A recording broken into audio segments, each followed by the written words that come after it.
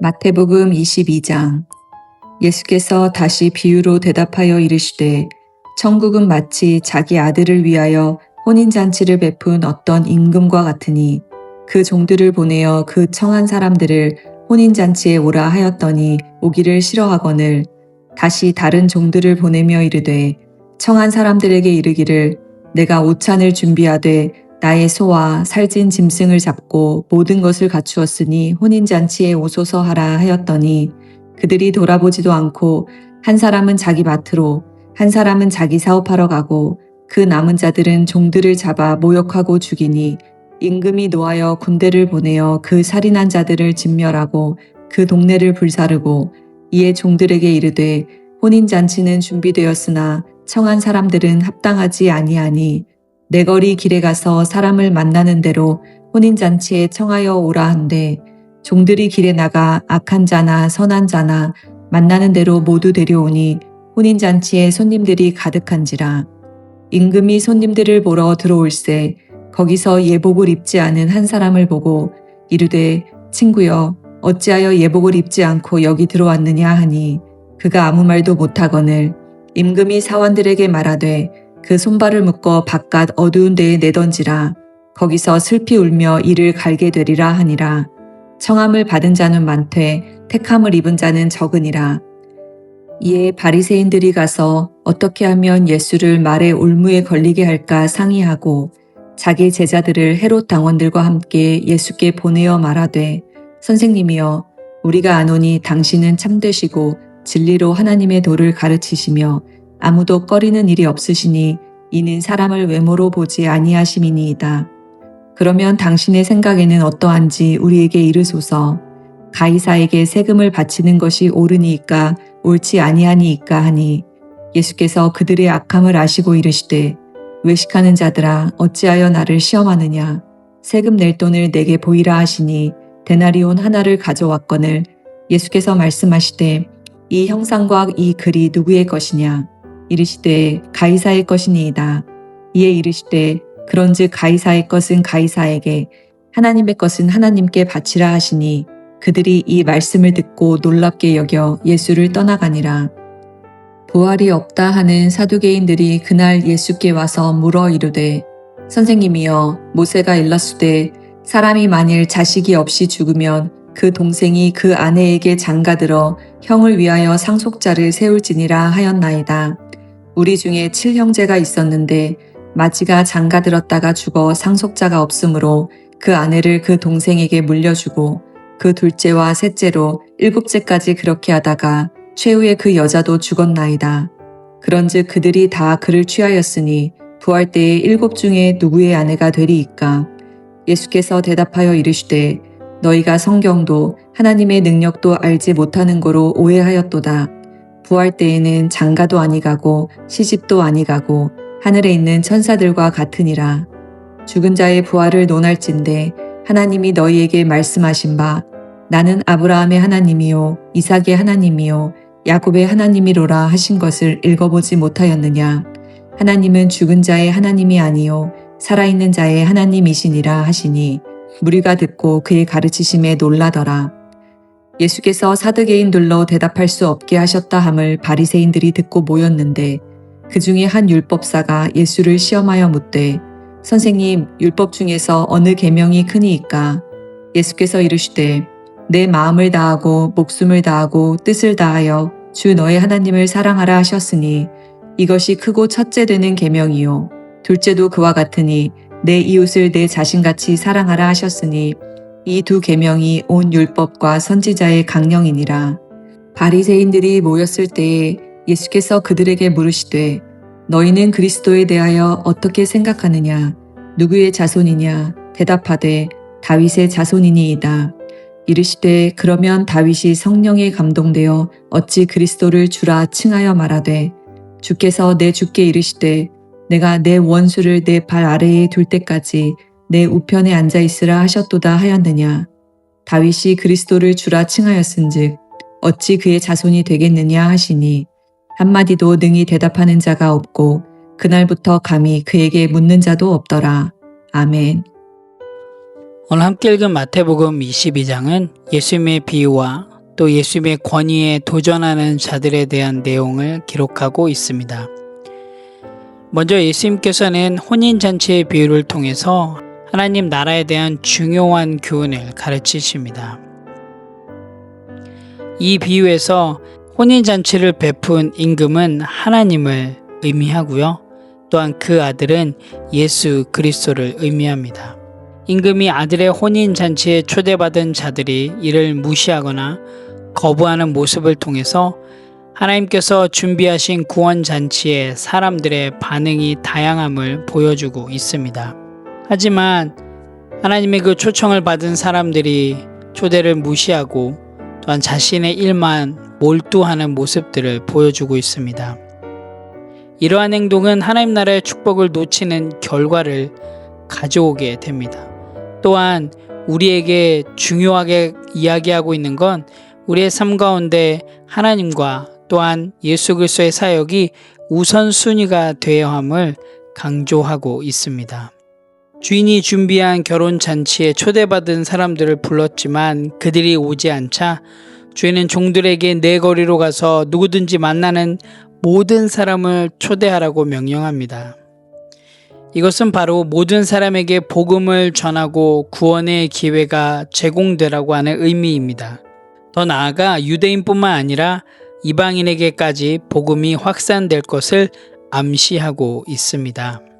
하지만 11절에 보게 되면 임금이 손님들 가운데 예복을 입지 않은 한 사람을 주목하게 됩니다. 여기서 이 예복은 천국에 들어가기 위해 필요한 회개와 변화된 삶을 상징하고 있습니다. 오늘 마태복음 22장에서 기록하고 있는 이 혼인잔치 비유를 통해서 예수님은 외적인 신앙 고백뿐만 아니라 내적인 변화, 즉 성화가 필수적인 것임을 강조하고 있습니다. 천국에 합당한 자격은 단순히 초대받은 것으로만 되는 것이 아니라 그것에 걸맞는 삶의 변화를 통해서 가능함을 보여주고 있습니다. 그래서 우리가 계속적으로 이야기하고 있는 수직적으로는 하나님과 올바른 관계가 세워져야 하며 수평적으로는 이웃과 올바른 관계가 이루어지는 삶, 즉 우리의 삶 가운데 변화가 있어야 됨을 기록하고 있습니다. 15절에서 22절은 세금 문제에 대한 논쟁을 기록하고 있는데요. 바리새인들이 예수님을 시험하기 위해서 세금 문제를 거론합니다. 가이사에게 세금을 바치는 것이 옳으냐라는 질문을 예수님께 던집니다. 예수님은 동전 위에 있는 가이사의 형상과 글자를 보여주며 가이사의 것은 가이사에게, 하나님의 것은 하나님께 바치라고 답을 합니다. 당시 로마의 통치 아래 있던 유대인들에게 세금 문제로 인해서 갈등이 참 많았습니다. 그래서 예수님은 가이사에게 속한 것은 그에게 주되 더 중요한 것은 하나님의 권위를 존중하며 또 하나님께 마땅히 드려야 할 것을 드리라는 점을 오늘 이 세금 문제 논쟁을 통해서 이야기해 주고 있습니다. 우리의 삶 가운데서도 동일합니다. 우리가 세상에서 가지고 있는 그 국가에 대한 의무를 다하되 영적이고 또한 신앙적인 책임 또한 소홀하지 말아야 함을 오늘 이 논쟁을 통해서 예수님께서는 말씀하고 계십니다. 23절에서 33절의 말씀을 보면 사두개인들이 부활에 관한 질문을 통해서 예수님을 시험하려고 합니다. 사두개인들은 부활을 믿지 않았기 때문에 율법에 따라 형제가 죽으면 그 아내를 다른 형제가 취해야 한다는 그 형사 취수제를 통해서 예수님을 시험하고 있습니다. 그들은 7형제가 모두 한 여인을 차례로 아내로 맞았다는 가정을 만들어서 부활 후 누구의 아내가 될지 물어 예수님을 공경에 빠뜨리려 했습니다. 이 질문은 부활 신앙의 현실성과 본질에 대해 논하는 출발점으로 사용되며 결국 예수님은 천국에서는 결혼 제도가 없음을 이야기해 주고 계십니다. 또한 예수님께서는 사두개인들은 부활을 믿지 않았기 때문에 출애굽기 3장 6절의 말씀을 통해서 하나님의 생명력과 영원성을 강조하고 있습니다. 이는 아브라함, 이삭, 야곱이 현재도 살아있으며 부활이 존재한다라는 의미를 내포하고 있습니다. 따라서 하나님은 죽은 자들의 신이 아닌 살아있는 자들의 신임을 강조함을 통해서 부활에 대한 진리를 사두개인들에게 도리어 가르쳐 주셨습니다. 34절에서 40절에는 한 율법학자가 예수님을 찾아오게 됩니다.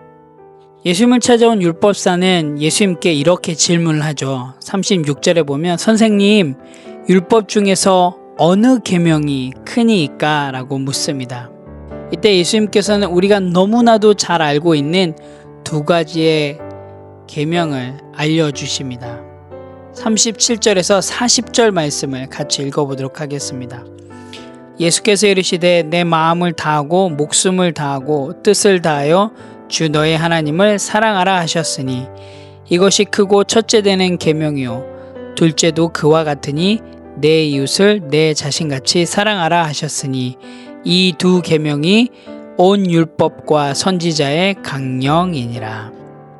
이것을 통해서 하나님을 사랑하고 이웃을 사랑하는 이 두 계명이 모든 율법과 예언의 핵심임을 예수님께서는 가르쳐주고 계십니다. 더 나아가서 구약 성경 전체가 하나님의 사랑과 또한 타인에 대한 사랑의 중요성을 강조하고 있음을 예수님께서는 이야기해 주고 계십니다. 하나님께 대한 전적인 사랑과 또한 사람들 간의 상호적인 사랑은 모든 도덕적 가르침의 근본일 뿐만 아니라 이 두 계명을 통해서 하나님의 뜻을 온전히 이룰 수 있음을 말씀해 주고 계신 것입니다. 41절에서 46절의 말씀을 보면 바리새인들이 예수님께 묻습니다. 그리스도가 누구의 자손이냐라고 질문을 하게 됩니다. 그때 예수님께서는 지혜롭게 43절의 말씀을 통해서 예수님께서는 그들의 그 질문에 답을 하십니다. 예수님께서는 다윗이 시편 110편을 기록할 때 성령의 감동을 받아 그리스도를 주라고 불렀음을 이야기하십니다. 당시 유대 지도자들은 메시아가 다윗의 자손임을 인정을 했습니다. 그러나 그리스도가 단순히 인간적 선조를 초월하는 존재라는 사실에는 미흡했습니다. 예수님은 이 말씀을 통해서 자신이 다윗의 자손일 뿐만 아니라 더 나아가서 온 우주를 주관하는 주권자로서의 신적인 권위를 가지고 있음을 강조하고 계십니다. 이것을 통해서 우리가 또한 중요한 교리들을 살펴볼 수 있는데요. 바로 성령과 그리스도의 관계, 예수님의 신성에 대한 중요한 부분들을 우리가 살펴볼 수가 있습니다.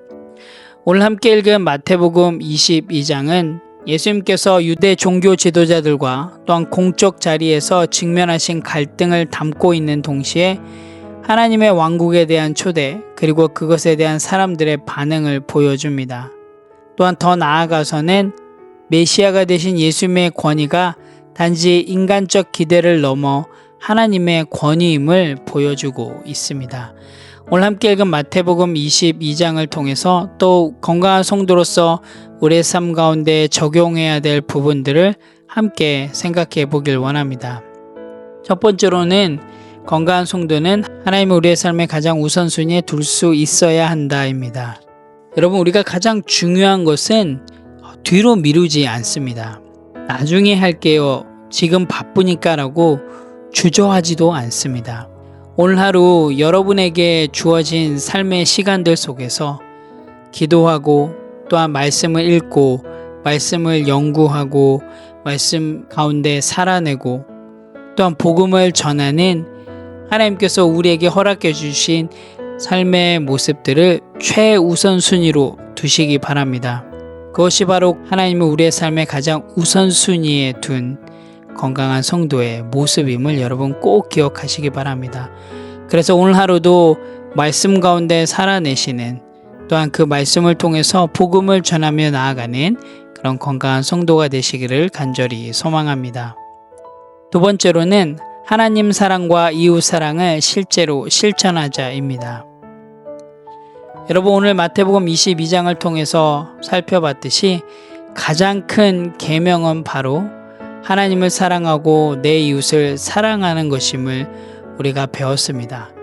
오늘 우리가 배운 이 말씀을 우리의 삶 가운데 한번 실천해 보시기 바랍니다. 혹여나 여러분 주변에 어려움 가운데 있는 이웃을 방문하거나 더 나아가서는 용서해야 할 관계 가운데 있다면 한번 먼저 손을 내밀어 보시면 어떨까요?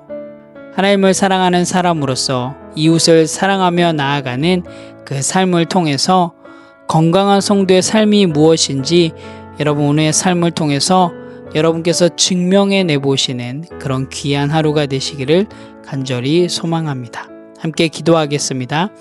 하나님 참 감사합니다. 오늘도 하나님의 말씀 가운데 저희들을 인도해 주셔서 너무나도 감사합니다. 하나님, 저희들의 신앙이 단지 말과 또한 모습에만 머무르지 않게 도와주시고 정말 삶의 모습 속에서 또한 삶의 관계 속에서 실제의 변화의 모습으로 나타날 수 있도록 인도하여 주시옵소서. 하나님, 정말 하나님을 온 마음을 다해서 사랑하고 또한 하나님께서 우리에게 허락해 주신 우리의 이웃들을 정말로 사랑할 수 있는 그런 삶이 될 수 있도록 인도하여 주시옵소서. 오늘도 우리의 삶 가운데 하나님이 가장 우선순위에 될 수 있게 도와주시고 또한 그것을 통하여서 하나님이 어떠한 분이신지 우리의 삶을 통해서 증명해낼 수 있는 그런 귀한 하루의 삶이 될 수 있도록 인도하여 주시옵소서. 감사드립니다. 예수님의 이름으로 기도합니다. 아멘.